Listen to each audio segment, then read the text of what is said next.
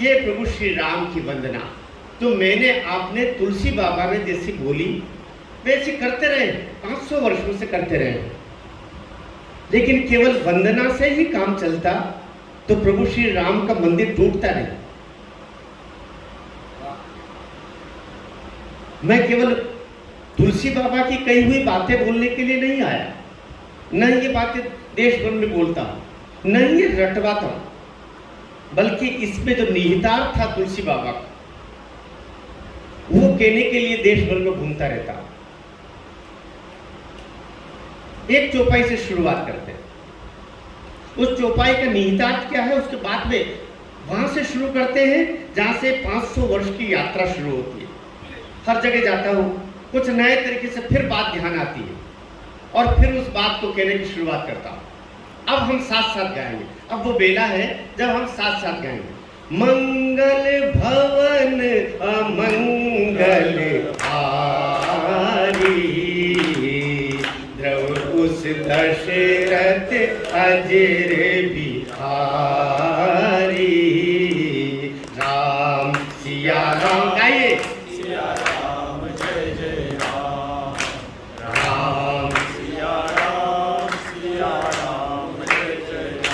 मंगल भवन कहने को तो बड़ा आसान है, वे स्वयं मंगल के रूप हैं, अमंगल का नाश करने वाले हैं।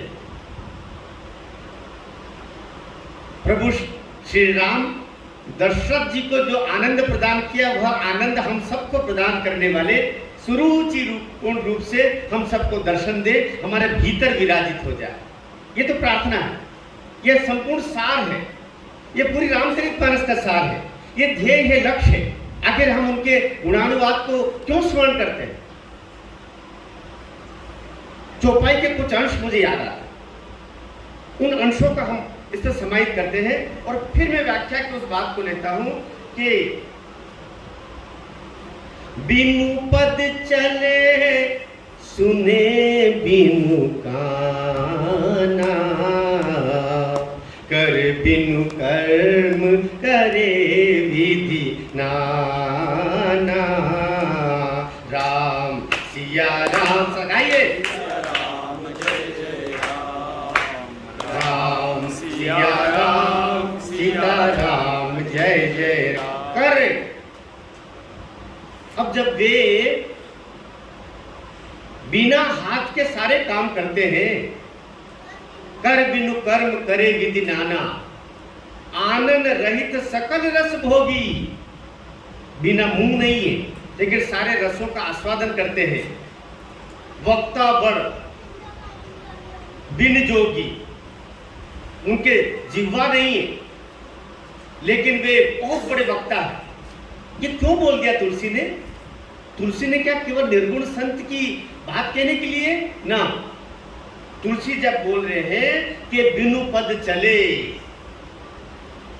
सुने बिनु काना, तो वे राम जी के लिए नहीं कह रहे हैं, बल्कि आपके और हमारे भीतर जो रामचंद्र जी निवास करते हैं ना, 500 सालों से, हजारों सालों से, लाखों वर्षों से यह जो प्रक्रिया थी कि बिनु पद चले, उनके पांव नहीं है, लेकिन ये जो 135 करोड़, मैं 135 करोड़ इसलिए कहता हूं कि इस देश में रहने वाले जितने मुस्लिम बंधु हैं, आज से 500 साल पहले, 700 साल पहले उनके पूर्वज और हमारे पूर्वज एक साथ कभी मंदिर जाते रहे होंगे। उनके पूर्वज और हमारे पूर्वज एक थे, इसलिए आज उनकी पूजा पद्धति बदल गई है, लेकिन उनके भीतर भी रक्त की बूंदों में वही खुशबू मिलेगी जो सनातनियों के रक्त की खुशबू में मिलती है। इसलिए उनके और हमारे पूर्वज एक है, लेकिन बात बनी क्यों नहीं?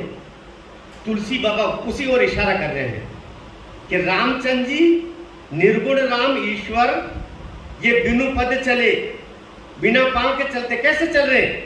हमारे जो ये करोड़ों पांव हैं उनके माध्यम से रामचंद्र जी चल रहे हैं, हमारे जो करोड़ों कान हैं उनके माध्यम से रामचंद्र जी सुन रहे हैं। ये उनके प्रतिरूप है। कर बिनु कर्म करे विधि नाना। ये रामचंद्र जी का जो मंदिर बन रहा है ना 500 साल के बाद, ये हाथ कौन है? ये हाथ रामचंद्र जी के हैं, लेकिन हाथ ये करोड़ों करोड़ सनातनियों के हाथ हैं जो रामचंद्र जी के माध्यम से उस मंदिर का निर्माण कर रहे हैं। यह वह रूप है, आनंद रहित सकल रस भोगी। उनके मुख नहीं है, लेकिन ये करोड़ों मुख वाले जो सनातनी हैं दुनिया भर में, ये सभी राम के मुख है। बिनु बानी बक्ता बड़ जोगी, वो बोलता नहीं है लेकिन सब कुछ बोलता है। राम जी नहीं बोल रहे हैं, वो मूर्ति नहीं बोल रही है। रामलला के दर्शन आप हम सब करते रहे हैं, चाहे वो टाट के नीचे थे, उससे पहले थे किसी खंडर में, या फिर आज जो विराजित हो रहे हैं दुनिया के सबसे भव्य मंदिर में, व्हाइट हाउस भी जिसके आगे शीश झुकाता होगा अमेरिका का, उससे सुंदर, उससे ज्यादा विराट, उससे ज्यादा महान, उससे ज्यादा दिव्यतम भवन में, महल में विराजित होंगे प्रभु श्री राम। उससे भव्य होगा, स्वर्गिक होगा। लेकिन कर कौन रहा है, बोल कौन रहा है? आप बोल रहे हैं, राम जी बोल रहे हैं। आप कर रहे हैं, राम जी कर रहे हैं। आप बोल रहे हैं, वो बोल रहे हैं। आप चल रहे हैं, राम जी चल रहे हैं। इसलिए ये समझना चाहिए, हम अपने लिए ही नहीं बोल रहे हैं, हमारे मुख से और कोई बोलता है। कई बार 24 घंटे में आपने देखा होगा कोई ऐसी तंद्रा आती है, ऐसी तंद्रा अचानक आती है कि आपको लगता है कि आप वो नहीं हो। बस उस क्षण को पकड़िए, उस क्षण को पकड़िए कि अभी क्या था, अभी क्या था जो मेरे भीतर मैं नहीं था। जब आप नहीं थे तभी वो तत्व आता है, तभी वो राम जी का तत्व आता है, तभी हनुमान जी का तत्व आता है, तभी देवताओं की शक्ति उदय होती है। उस तत्व को जो पकड़ लेते हैं, वो उनकी पंक्ति, उनकी लाइन, उनकी दिशा, उनका रास्ता दूसरा हो जाता है। लेकिन उस रास्तों को पकड़ के मैं आपको कंदराओं में नहीं भेजना चाहता, मैं समाज की ओर भेजना चाहता हूं।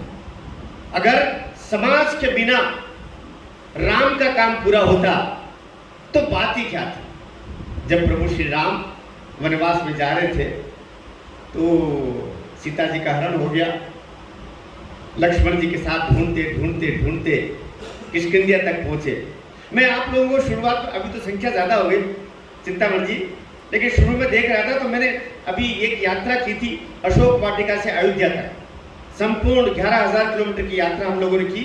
हवाई जहाज से पहले हम अशोक वाटिका श्रीलंका प्रभु श्री राम के चरणों को लेकर गए थे, पूजन की, और उसके बाद में रामेश्वरम से लेकर के 8 राज्यों की परिक्रमा करते हुए रथ से, राम रथ के द्वारा, और हम अयोध्या पहुंचे थे पिछले वर्ष रामनवमी पर। उस समय हम किष्किंध्या गए थे। किष्किंध्या में जहां प्रभु श्री राम मंत्रणा करते थे, 5-6 लोगों का स्थान आगे बना हुआ, वो स्थान बनाया हुआ है कंदरा के उधर, शिलाखंड बहुत बड़े बड़े। एक कंदरा के नीचे सुग्रीव, अंगद, जामवंत, हनुमान, लक्ष्मण जी, रामचंद्र जी, यही मूर्तियां, सारे युद्ध के करता धरता, बस यही। तो जब मैं शुरू में देख रहा था हमारे बंधु परेशान की संख्या, तो मुझे ध्यान आ रहा था किष्किंध्या का दृश्य कि आपकी इतनी समिति में तो 5-6-7 समितियां बन जाती किष्किंध्या में। इतने बंधु हमारे पास में कम से कम अभी बाद में तो उपस्थित हो गए। तो संख्या से अंतर नहीं पड़ता। हम लोग कवि सम्मेलन में भी जाते हैं चिंतामणि जी भाई साहब, तो सोचा करते हैं कि आज जो आया है वो तो कविता प्रेमी आया है, लेकिन जाए तो कार्यकर्ता बन के जाए, ये हमारी सोच रहती है। वो जब जाए तो सनातन की दिशा लेकर के जाए, उसके भीतर राष्ट्र उदित हो जाए, वो अपनी देहरी से बाहर सोचना शुरू कर दे। ये देहरी से बाहर जब तक नहीं सोचेंगे तब तक बात नहीं बनेगी। बहुत आसान था ये। जब वनवास में जाते हैं प्रभु श्री राम, सीता जी का हरण हो गया और शबरी आश्रम के लिए शायद दिशा दी थी कि वहां पर एक आपको कोई मिलेगी जहां से आपको संदेश प्राप्त होगा। वो वहां तक पहुंचते हैं। शबरी कहती है प्रभु राम आप यहां तक आए, मैंने सोचा नहीं था आप यहां तक आएंगे। प्रभु राम कहते हैं कि ऐसा नहीं है। बोले मुझे तो लगता है कि ये अगर सीता जी का हरण नहीं होता और आपको रावण का वध नहीं करना होता, या आपके दुश्मन का वध नहीं करना होता, या सीता जी की खोज नहीं करनी होती, तो आप शायद यहाँ आते ही नहीं। शबरी का यह सवाल सुन के प्रभु श्री राम गंभीर हो जाते हैं और कहते हैं, माँ मैं यहाँ आया हूँ, हजारों किलोमीटर हजारों मीलों की यात्रा करके अयोध्या से यहाँ तक आया हूँ, बल्कि वनवास में भी आया हूँ। ये सब कुछ जो हो रहा है ना, हे माँ तुमसे मिलने के लिए आया हूँ, ये तुमसे मिलने के लिए हुआ है, ताकि आने वाले समय में जब भी हमारे वनवासी बंधुओं के और राजमहलों में रहने वाले तथाकथित सनातनियों के बीच में जब भी हमारे सनातनी हिंदू धर्म में विभाजन की रेखाएं खींचने के लिए कुछ लोग आएंगे, तब काल कहेगा, समय कहेगा, और समय ये कहेगा इस राष्ट्र का निर्माण एक अयोध्या के राम जो राजकुमार था उसने और वनों में रहने वाली एक भीलनी शबरी मां ने मिलकर के किया है। ये उसके बस की बात नहीं है। और जहां तक हे मां तुमने जो बोला कि रावण का वध करना होगा इसलिए आए, तो रावण का वध करने की बात थी ना मां, तो ये जो मेरा छोटा भाई है ना लक्ष्मण, ये हाथ से छोड़ो पांव से भी अगर बाण चला देता तो रावण का वध कर सकता था। ये सारा काम तो तुमसे मिलने के लिए हुआ है। इसलिए रामचरितमानस हम महाभारत का अध्ययन भी करते हैं, पर महाभारत से रामचरित को अलग क्यों लेके चलते हैं? रामचरितमानस राम का चरित्र इस राष्ट्र का चरित्र है, और राम के चरित्र को धारण करना समग्रता से सनातन को धारण करना। जब चरित्र को अंगीकार करने की बात आती है तो प्रभु श्री कृष्ण को भी कुछ देर के लिए हम भूल जाते हैं, जबकि वे तो पूर्ण ईश्वर थे, पर राम को अंगीकार करते हैं। राम और कृष्ण में एक अंतर पंडित लोग कहा करते हैं। मैं तो पंडित नहीं हूं, मैंने क्षत्रिय वंश में जन्म लिया, किंतु 28-29 वर्षों तक मैं महाविद्यालय में इन्हीं तुलसी, सूर, जायसी, कबीर, मीरा को पढ़ाता रहा। लेकिन कालांतर में लगा कि ये नौकरी छोड़ो, प्राध्यापक की नौकरी लाखों रुपया हर माह का, शायद मुझ पर बोझ लगने लग गया। लाखों रुपया प्राप्त करना हर माह, मेरे हाथ कांपने लगे। मुझे लगा कि मेरा जीवन अब व्यर्थ हो रहा, जिस निमित्त मुझे शेष जीवन मिला क्या मैं वो कर रहा हूं? तब वो छोड़ छाड़ के 3-4 साल नौकरी बची और मैं इस काम पर निकल आया, जो काम मुझे लगा कि शायद और शायद ही नहीं, अनिवार्यतः समाज के लिए मुझे यही काम करने के लिए शेष जीवन बिताना चाहिए, वरना सारा व्यर्थ हो जाएगा, सारा व्यर्थ हो जाएगा। और फिर यहां आया, कथाएं धनोपार्जन का माध्यम बन जाए, समाज में कुछ और रंग देने का माध्यम बन जाए। मैंने कुछ कथावाचकों को देखा, प्रभु श्री राम की कथा कर रहे हैं, लेकिन राम को केवल विलाप करने वाला, राम केवल अपनी पत्नी के वियोग में जंगल जंगल रो रहे हैं। क्या केवल राम हमारे ये थे? राम के हाथ से आपने धनुष बाण को अलग करके और खाली राम का चेहरा दिखा रहे। आप राम को क्या दिखाना चाहते हैं? इस नई पीढ़ी को क्या बताना चाहते हैं? तब लगा कि अब आना होगा, अब आना होगा, वो काम करना पड़ेगा, क्योंकि तुलसी बाबा कहते हैं साहित्यकार क्या दे सकते हैं। एक बात और कहना चाहता, ये जो हमारे बहुत सारे बंधु आए, मेरे भेंट के प्रलोभन के लीजिए या मेरा प्रेम के लीजिए, छोटे भाई लोग मेरे आए हैं।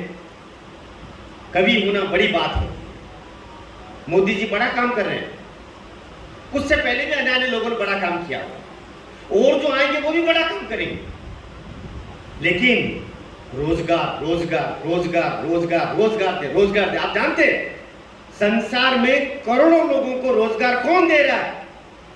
गोस्वामी तुलसीदास दे रहे हैं, उनकी कथाएं दे रही है, उनकी रामचरितमानस दे रही है। कहां कहां कथाएं हो रही है, कितने पंडित, कितने टेंट वाले, कितने माइक वाले, कितने भक्तगण, कितने भंडारे, कितनी रसोइयां, आखिर ये किसके माध्यम से हो रही है? रामचरितमानस के पाठ के माध्यम से हो रही है। इसलिए साहित्यकार का सदैव सम्मान करें, जैसे चिंतामण भाई साहब करते हैं, ऐसा आप सबसे भी प्रार्थना है, आपके गली का कोई छोटा सा भी रचनाकार हो, उसका आप सम्मान करें। हो सकता है उस दिन कोई ऐसी रचना उसके कलम से निकल आए कि वो भविष्य का आने वाले समय में कोई ऐसा तुलसी जैसा समाज की स्थापना करने वाला कोई कलाकार बन के निकले, कवि बन के निकले, उनका आप सम्मान करें। मैं एक पंक्ति में अगर बात कहूं तो इतना ही है कि रामचरितमानस मानस के हम मोती कह ले, समुद्र कह ले, पर्याय कह ले, समग्रता कह ले, सब मिला करके और जीवन का रूप है।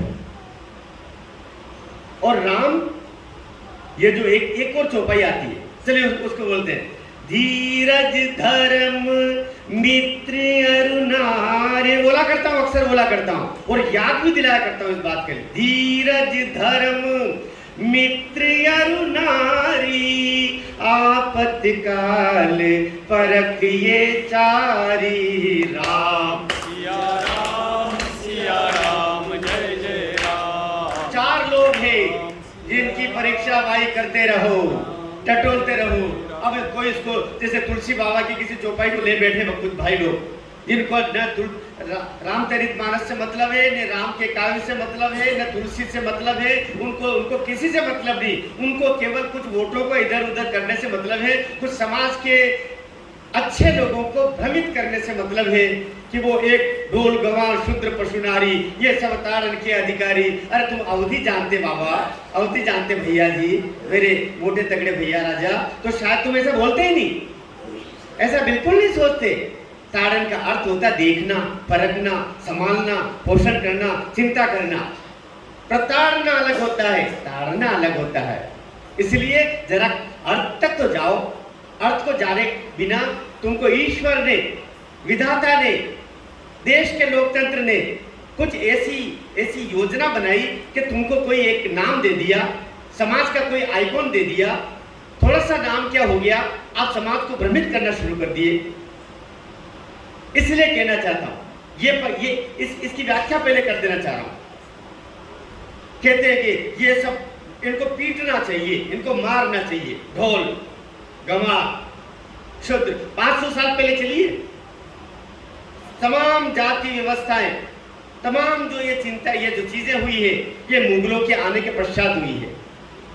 जिन बंधुओं को आज परम पूजनीय बाबा साहब भारत रत्न डॉक्टर अंबेडकर जी का जन्मदिन है, बहुत हमारा समाज शोषित दलित समाज हमारा, हम कहते हैं कि हम तो साहब, मैं तो राजपूत समाज से हूँ, मैं तो ब्राह्मण समाज से हूँ, मैं फलाना समाज से हूँ, लेकिन याद रखिए हमारे समग्रता में शक्ति है।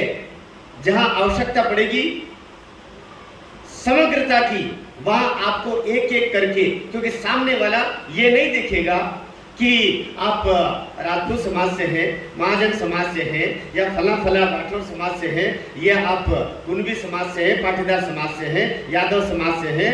और वो समय तो केवल ये देखेगा कि आपने तिलक लगा रखा है, आपका राम नाम हो ही जाना। इसलिए ये देखना कि वह बंधु जो बहुत दूर खड़ा है, उसको पास बुलाइए। उसको पास बुलाने के लिए ही उन्होंने अपना पूरा जीवन लगाया। और राजनीति तब भी तकलीफ दे रही थी। मैं किसी पार्टी का नाम नहीं लेता, मैं किसी पार्टी का अभी तक तो नहीं हूं, लेकिन संघ का कार्य करता हूं, इसलिए कहना चाह रहा हूं। समरसता का पक्षधर हूं, इसलिए कहना चाह रहा हूं। मैं पहली बार विदेश यात्रा में लंदन गया, उसके बाद तो अन्य बहुत से देशों की हुई, तब भी सबसे पहले मैं बाबा साहब अम्बेडकर के उस स्थान पर गया जहां वो 1.5 वर्ष तक पहले रहे थे। समाज के कुछ बंधुओं को तोड़ने के लिए केवल देश में नहीं, देश से बाहर बहुत बड़ी बड़ी शक्तियां लगी हुई है। ऐसे समय में आपको केवट को स्मरण करना पड़ेगा।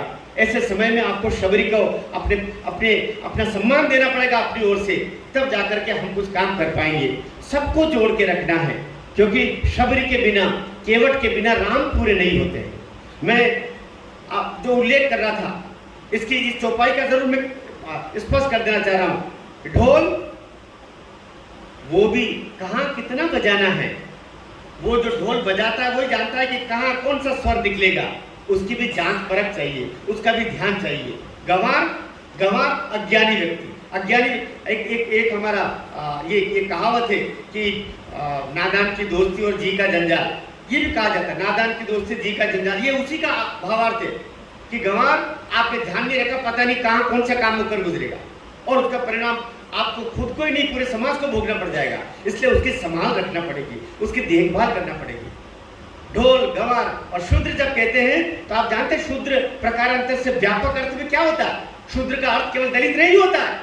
शूद्र का 500 वर्ष की पहले परिक्रमा जा करके देखेंगे तो शूद्र का अर्थ होता है राजा के कर्मचारी।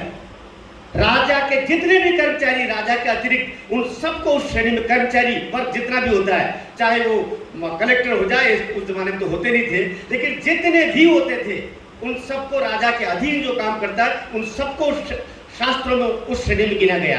तो राजा की जरूरत है कि उन सबकी देखभाल करे, कौन सा क्या कर रहा है, ये सब देखभाल कर्मचारी की करना राजा की जिम्मेदारी बनती है, वरना राजपाट तेरा चलेगा नहीं।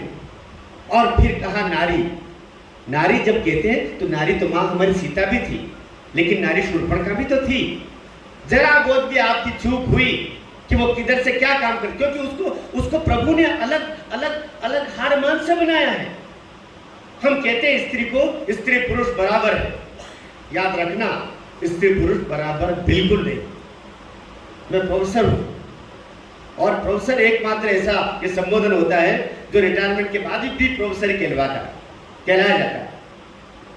यह जो संबोधन है स्त्री का, स्त्री में व्यापक अर्थ में जब देखते हैं तो स्त्री को अलग मैं कामा ही नहीं पढ़ाता रहा हूं। दया, माया, ममता लो आज, मधुरिमा लो अगाध विश्वास, हमारा हृदय रत्न स्वच्छ तुम्हारे लिए खुला है पास, श्रद्धा मनु के लिए कहती है। ये सब प्राप्त करो, लेकिन तुम जो कर सकते हो मनु वो मैं नहीं कर सकती, वो जो मैं जो कर सकती हूँ वो तुम नहीं कर सकते। संतान की उत्पत्ति मैं कर सकती हूँ, तुम नहीं कर सकते। विधाता ने जो काम मुझे दिया है वो तुमको नहीं दिया है, और जो तुमको दिया है वो मुझे नहीं दिया है। लेकिन दोनों के जोड़ से ही जीवन चलेगा, दोनों के जोड़ से ही संतति आएगी, दोनों के जोड़ से ही इस राष्ट्र का और सृष्टि का निर्माण होगा। प्रकृति की लीला को हम आगे बढ़ा पाएंगे। इसलिए स्त्री में कोमलता है, दया है, ममता है, प्यार है, क्योंकि उसको संतान को अपना मुंह का निवाला निकाल करके खिलाना है। और पुरुष ये मूछे, ये दाढ़ी और ये नाखून, अब बलिष्ठ भुजाएं, क्योंकि उसको प्रकृति से लड़ करके अपने बच्चे का और स्त्री का पोषण करना है। इसलिए स्त्री को न देख करके पुरुष को ये सब चीजें दी। ये बात अलग है। मैं तो वो खेल देखता हूँ, ऐसा कौन सा होता है जिसमें स्त्रियां भी वो करती है, कुश्ती लड़ती बहुत, देख रहा था एक दिन में, और बड़ी बड़ी वो एक स्त्री दूसरों को उछाल देती।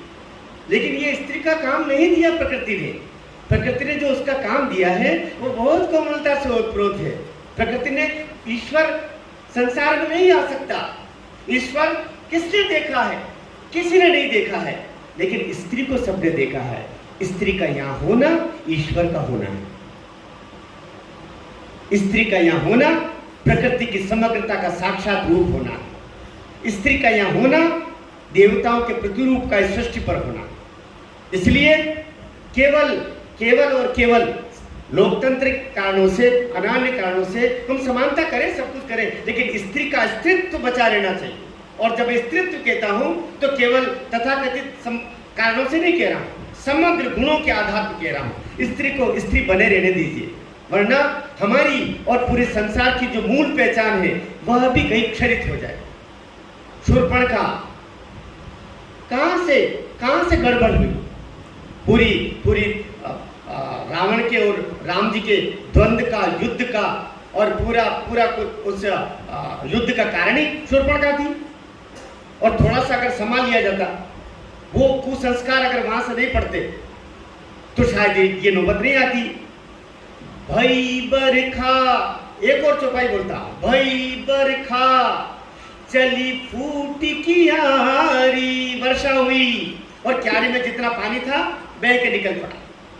भई बरखा चली फूटी कियारी, जिनी स्वतंत्र भय बिगड़े नारी। राम सिया राम, जय जय राम। सुनने में तो बड़ा अटपटा अटपटा लगता है, सुनने में बड़ा अटपटा लगता है। गनीमत है कि जो स्त्री अधिकारों के लिए दौड़ते हैं उनकी निगाह भी इस चौपाई की तरफ, तुलसी बाबा के चौपाई पे नहीं गए। लेकिन ये भी तुलसी बाबा ने लिखा है, जैसे वर्षा हुई और वर्षा का जल जब समाहित होने से ज्यादा हो गया तो बह करके बाहर निकल गया, ठीक उसी प्रकार से स्त्री को ज्यादा स्वतंत्रता प्राप्त हो गई तो वो भी उसी तरीके से जल निकल करके क्यारी से फूट के बाहर चला जाएगा।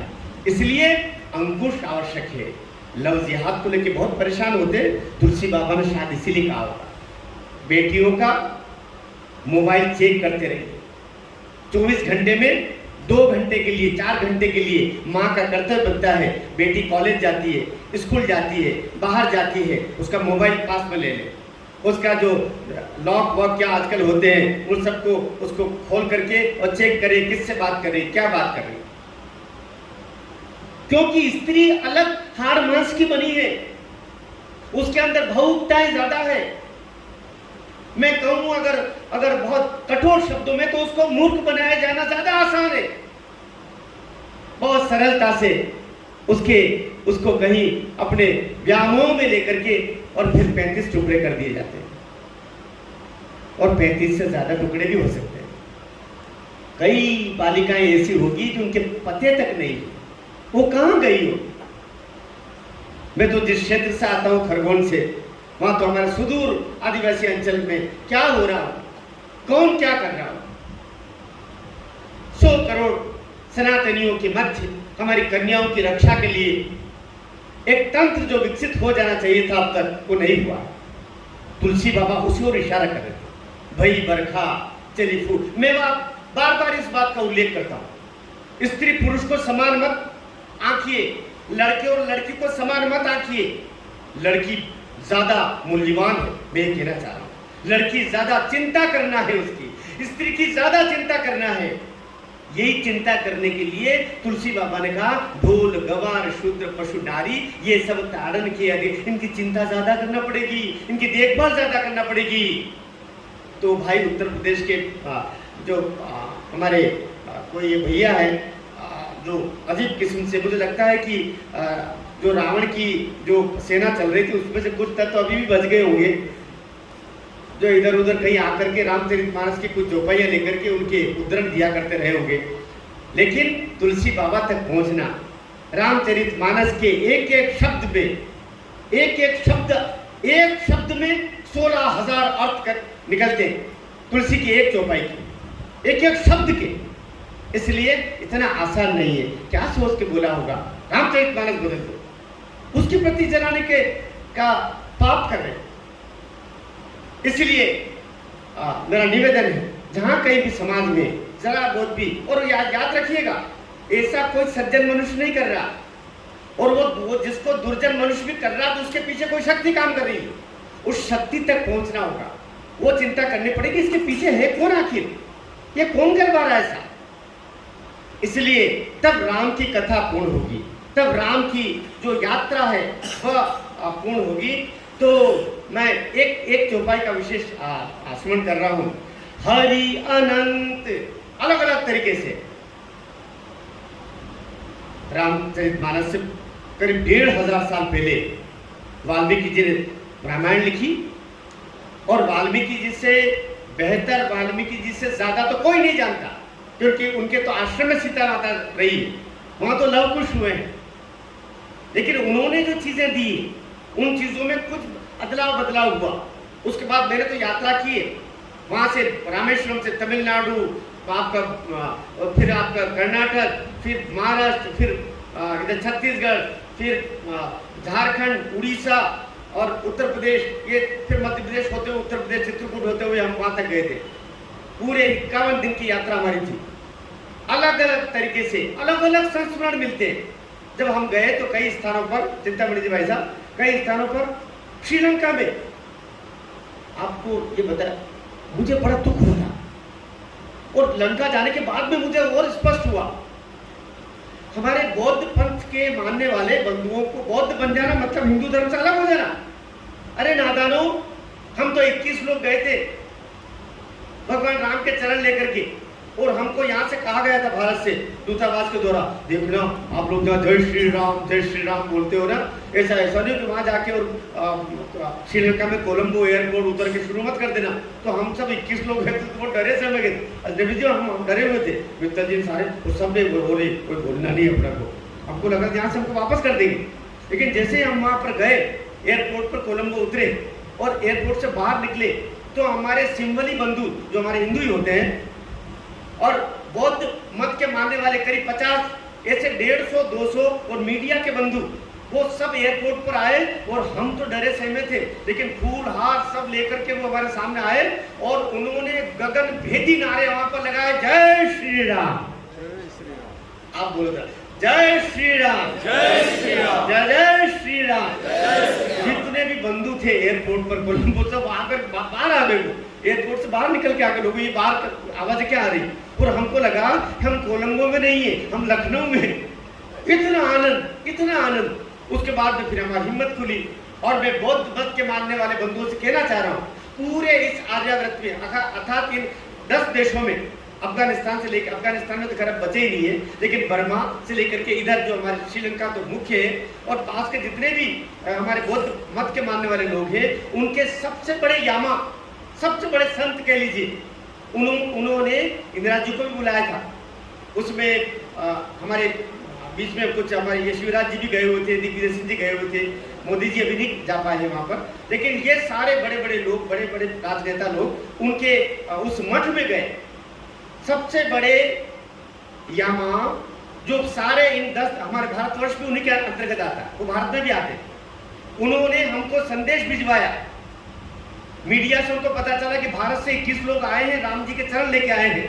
उन्होंने कहा कि ये 21 लोगों को यहाँ मेरे मठ में बुलाइए, मैं उनका स्वागत करूंगा और उनके साथ में भोजन करूंगा। और आपको आश्चर्य होगा, कहते हैं कि आज तक बड़े बड़े नेता दुनिया के उनके मठ में गए, लेकिन वो यामा कभी किसी को लेने के लिए बाहर नहीं गए। हमारे लिए उन्होंने लाल कालीन बिछाई और अपने मठ से बाहर हम सब 21 लोगों को लेने के लिए आए और अंदर तक लेके गए। बौद्ध मत के मानने वाले, एक बड़ा सा मैंने अपने फेसबुक पे डाल रखी है सारी, मेरी किताब में भी मेरे सारा संस्करण को लिखा हुआ है। और वहां गए तो बाबा सत्यनारायण मौर्य हमारे साथ में थे। रामचरितमानस का उल्लेख होने से पहले हनुमान जी का उल्लेख होता है।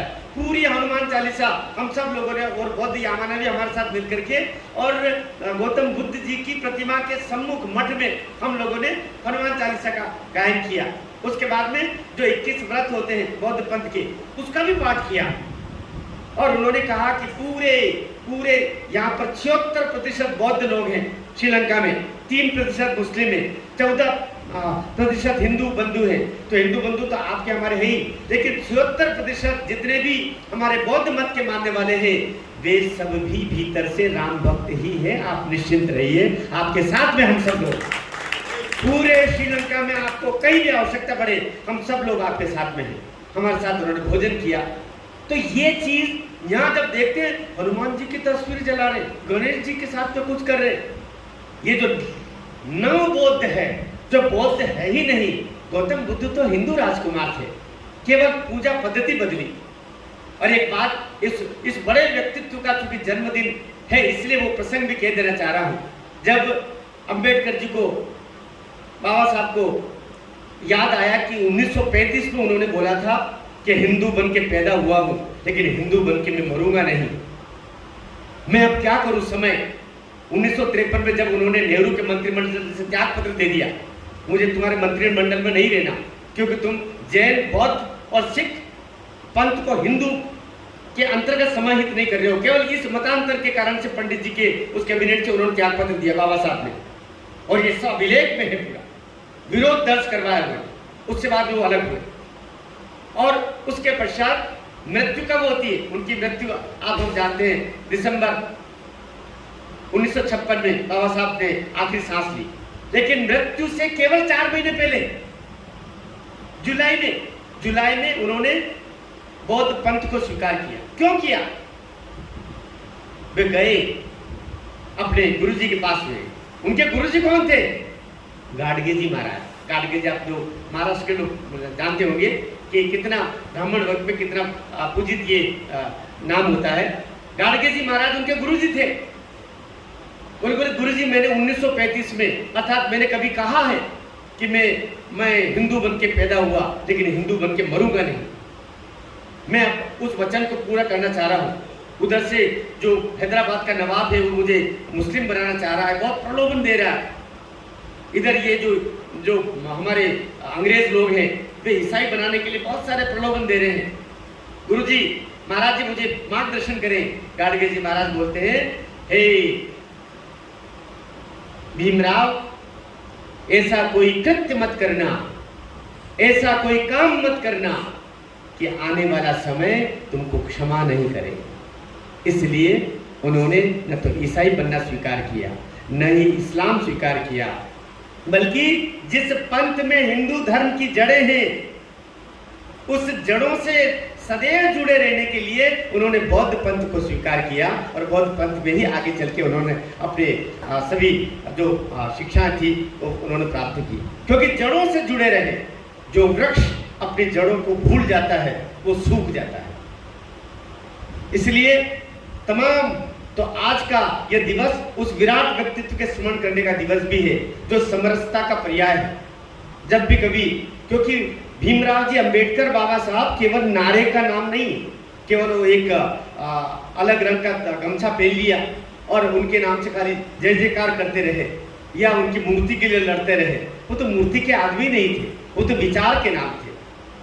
अगर उनके तरीके से चलते तो उनके जैसा कोई इकोनॉमिस्ट नहीं था, उनके जैसा उस समय कोई कानूनविद नहीं था। कौन था उस समय? अगर जवाहरलाल नेहरू ने अंबेडकर जी को कानून मंत्री बनाया तो इसलिए नहीं बनाया कि कानून मंत्री किसी को भी बना दो, इसलिए बनाया कि उस समय भीमराव अंबेडकर जी से बढ़कर इस देश में कोई कानूनविद था ही नहीं। आपकी तालियां इस जगह अवश्य बजनी चाहिए। प्रतिभा को स्वीकार करें, तपस्या को स्वीकार करें, यह भाव हमारे भीतर होना चाहिए।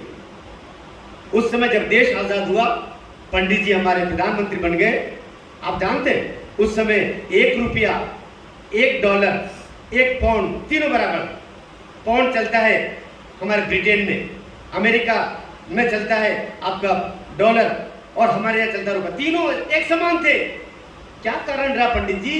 12, 14 साल, 15 साल तक आप रहे, आपके जाते जाते ही रुपया खसकते किधर से किधर चला गया। उसके बाद में तो और न कहा किधर से किधर चला गया। उसके बाद में अगर बाबा साहब अंबेडकर के दिशा निर्देशानुसार चलते तो उनकी जो अर्थनीति थी, उन्होंने इकोनॉमिक्स में 2 पीएचडी ग्रहण किए और अपने देश से नहीं विदेशों से 2 पीएचडी उन्होंने ग्रहण किए।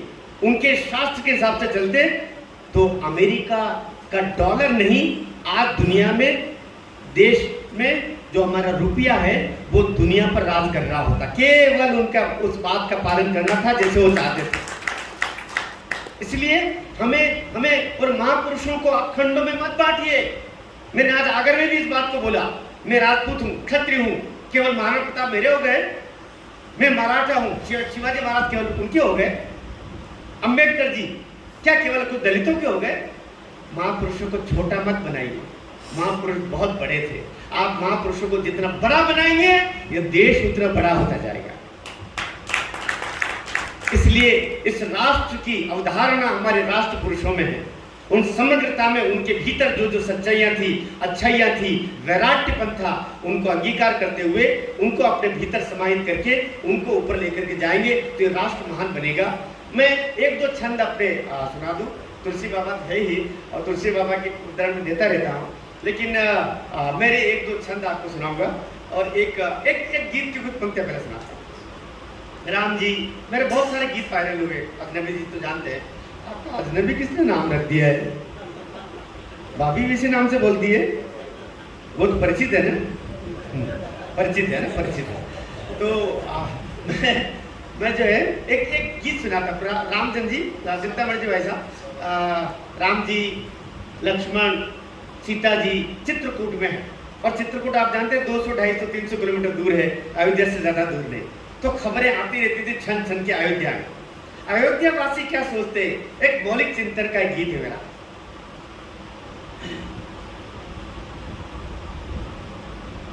राम के बिना अवधि रोए। राम जी चले गए, अयोध्या पूरी रो रही है। राम के बिना अवधि रोए। एक एक पल एक सदी बराबर, एक एक पल एक सदी बराबर, कैसे ये ढोए राम के बिना अवधि रोए, राम के बिना। और पंक्तियां सुनिए के सुने सुने गली मोहल्ले, सुनी अवधि वाटिकाएं, सुने सुने गली मोहल्ले, सुनी अवधि वाटिकाएं, सुने सुने गली मोहल्ले, सुनी अवधि वाटिकाएं। कोयल से बोला तुम कुह को, निकली अश्रु भरी आहें, कोयल से बोला तुम कुह को, निकली अश्रु भरी आहें। हम हो चुके राम के पूरे। अगली पंक्ति आपको मन को लग जाए और भीतर तक हृदय आर्द्र हो जाए तो ताली बजाना। हम हो चुके, क्या कहती वो, क्या कहते हैं अवध के वासी, क्या कहते हैं प्राणीवाद, हम हो चुके राम के पूरे, किसके अब होए राम के बिना अवधि रोए, राम के बिना। और मेरा बहुत पसंदीदा एक बंद उसका सुनाता हूं। एक व्यक्ति को अगर कोई दो चाहे, कौन ज्यादा चाहता है? ये बात जब आती है दूसरे को लगता है तुझसे ज्यादा मैं चाहता हूं। बंद इस पर सुनिएगा। और आनंद और आर्द्रता मुझे आप भूल जाएं, लेकिन ये पंक्तियां आपके कानों में गूंजती रहे। मैं ईश्वर से प्रार्थना करूंगा हमें दयालु बनाए, हमें स्नेहिल बनाए, हमें परोपकारी बनाए प्रभु श्री राम। इस प्रार्थना के भाव से मैं ये पंक्तियां पढ़ रहा हूं कि धरती जैसे एक बिछोना, अंबर तनी हुई चादर, धरती जैसे, वो लोग कह रहे हैं, अयोध्या के लोग कह रहे हैं, धरती जैसे एक बिछोना, अंबर तनी हुई हमने सुना लखन जगते हैं पंचवटी के नित बाहर, धरती जैसे एक बिछोना, अंबर तनी हुई चादर, हमने सुना लखन जगते हैं पंचवटी के नित बाहर। अरे कोई हमको आकर देखे अपना। और फिर से ताली उठाना और प्रभु श्री राम के अनुज लक्ष्मण के लिए और साथ में अयोध्या वासियों के लिए कि कोई हमको आकर देखे, हम भी कब सोए राम के बिना अवधि रोए, राम के बिना अवधि रोए। एक एक पल एक सदी बराबर, कैसे ये ढोए राम के। तो केवल राम ही वियोग में पीड़ा नहीं भोग रहे थे, वे तो लीला कर रहे थे, वे तो लीला कर रहे थे। लेकिन उनके साथ साथ जितने थे सबके साथ भी वही बीत रहा था। प्रभु श्री राम जब फिर शबरी का प्रसंग लेके आता हूं, मेरे जो सर्वाधिक वायरल पंक्तियां हैं, बल्कि जिसने अमेरिका की एक चैनल पर आखिरी की दो पंक्तियां डिबेट पे पहुंचा दी, वो मैं सुनाता हूं आपको। और कैसे ऐसी चीजें, अजनबी जी आप हम कवि लोग हैं, हम कविता लिखते नहीं हैं, कविता तो कोई शक्ति लिखवाती है। आप जानते हैं तुलसी बाबा ने हनुमान चालीसा लिखी, हनुमान चालीसा लिखी। एक बाबा जी अभी है, बागेश्वर वाले बाबा जी के नाम आप सुन रहे होंगे को। हनुमान जी जब कृपावंत हो जाते तो क्या करते हैं, ये बागेश्वर जी महाराज जी जानते हैं, वो कौन से भी जो अभी जिनकी उम्र कम है, या फिर तुलसी बाबा जानते थे।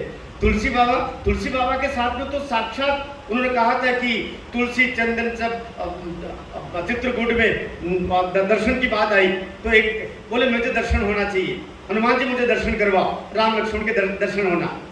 तो लक्ष्मण जी आए आगे आगे और रामचंद्र जी पीछे थे उस समय, वो आकर के और दोनों को तिलक करके निकल लिए। तो हनुमान जी ऊपर से डाल पे बैठे, वो डाल को झंझड़ा, दर्शन कर लिए तेरे, दर्शन कर लिए तेने। तुलसी बाबा को कहते दर्शन कर लिए तेने, बोले किसके किसके, बोले अभी तो गए तेरे सामने से गए, अभी निकल गए। और बोले फिर तो सामने निकल गए, कुछ भी करो हनुमान जी, मेरे को तो दर्शन तो करवाना पड़ेगा।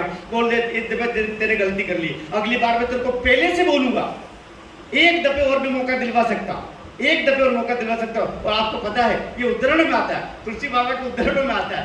और दूसरी बार में फिर प्रार्थना हनुमान जी के द्वारा होती है और रामचंद्र जी फिर आगे और लक्ष्मण जी पीछे और आते हैं। और उनके फिर उसके बाद में दोनों चौपाई भी लिखी, तो उनके तिलक लगा करके और तुलसी बाबा दर्शन करते हैं और उधर मुस्कुराते रहते हैं हनुमान जी डाली पर बैठ करके, अब तेरा काम हो गया। तो ये साक्षात है, साक्षात है।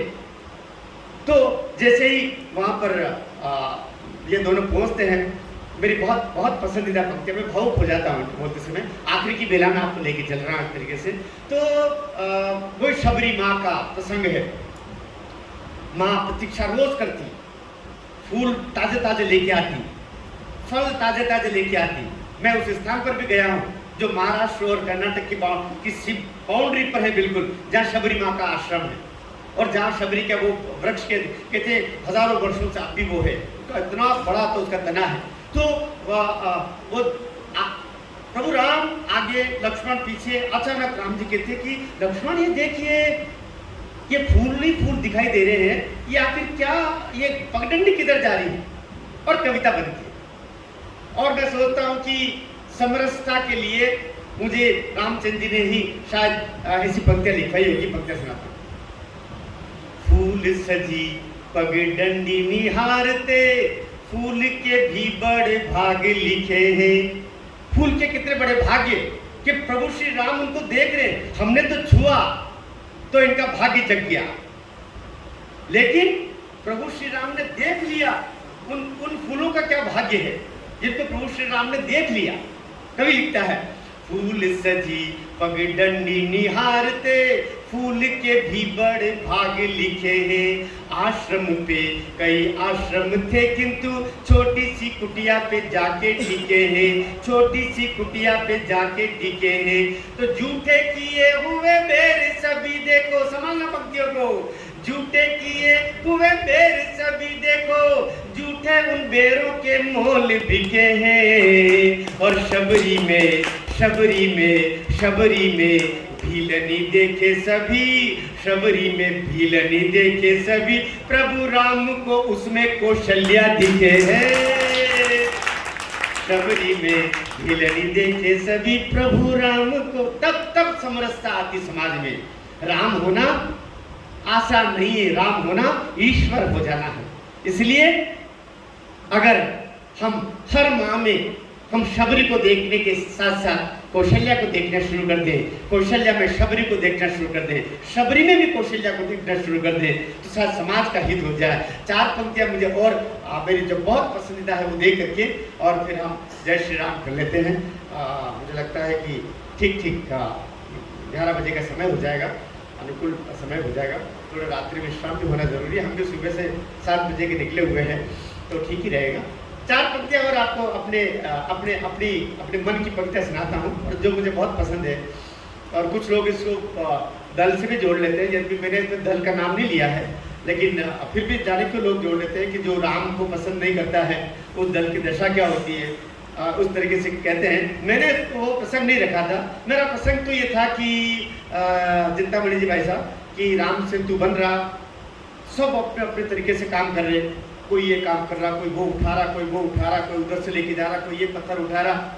उसी दौरान एक गिलहरी भी एक छोटे छोटे कण लेके अपने मुंह में भरती और जाके पानी में डालती, मुंह में भरती पानी में डालती। हनुमान जी को लगा कि ये ने मेरे पाँव में आ जाएगी ना, मरेगी आप तो। एक दो दफे उसको ऐसे हाथों से अलग किया, फिर वो गिलहरी सामने आ जाए, फिर हनुमान जी ने अलग किया। गिलहरी भी मान नहीं रही, हनुमान जी मान रहे। आखिर हनुमान जी को गुस्सा लगा कि ये मानेगी नहीं, मेरे पाँव के नीचे आके मरेगी, उठा करके दूर फेंक दिया। 4-5 गुलाटियां खा करके गिलहरी फिका गई एक तरफ। रामचंद्र जी बड़े ध्यान से देख रहे, प्रभु ध्यान से देख रहे। उस गिलहरी के पास खुद उठ के गए, शिलाखंड से उठे प्रभु श्री राम, उस गिलहरी के पास में गए, गिलहरी को अपने हथेली में उठाया, अपनी दाई हथेली में रखा।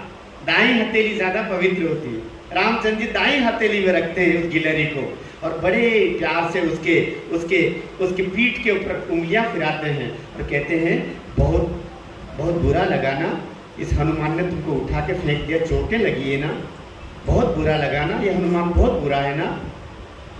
हिलेरी कहती नहीं प्रभु, हनुमान जैसा तो कोई मेरा हितैषी संसार में नहीं हो सकता। बोले ऐसे कैसे, कितना तुझे गिरा दिया दूर। बोले प्रभु आप सोचिए कि यदि हनुमान जी मुझे इस तरह उठा करके दूर नहीं फेंकते तो मेरे भगवान मुझे आकर के मुझे अपने हथेलियों में उठाते क्या। आप जानते हैं जो गिलहरी के ऊपर 3 उंगलियां फिराई हुई है वो प्रभु श्री राम का एक स्पर्श आशीर्वाद है, जो संसार में जब तक गिलहरी रहेगी तब तक वो प्रभु श्री राम की आशीष और उनका स्नेह और स्पर्श के रूप में वो हुआ रहेगी। तो सेतु बन रहा, सब अपने अपने तरीके से कर रहे हैं। राम जी को लगता वे भी कुछ करें, एक पत्थर उठाते हैं और पत्थर वे समुद्र के पानी में रखते हैं। क्या होता है आनंद लीजिएगा कि सेतु बनाने को दौड़े रहे सब, देखा प्रभु ने तो आप भी आए। सेतु बनाने को दौड़ रहे सब, देखा प्रभु ने तो आप भी आए। और राम ने पत्थर छोड़ा जो हाथ से, डूब गया सब ही चकराए। राम ने पत्थर छोड़ा जो हाथ से, डूब गया सब ही चकराए। तो शीश झुका जामवंत जी नील से, अब संभालना पंक्ति को। शीश झुका जामवंत जी नील से, अंगद से मुस्का के बताए।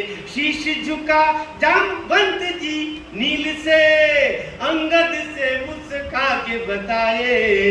राम ने छोड़ दिया जिसको, उसे कौन यहाँ जग में अपनाए।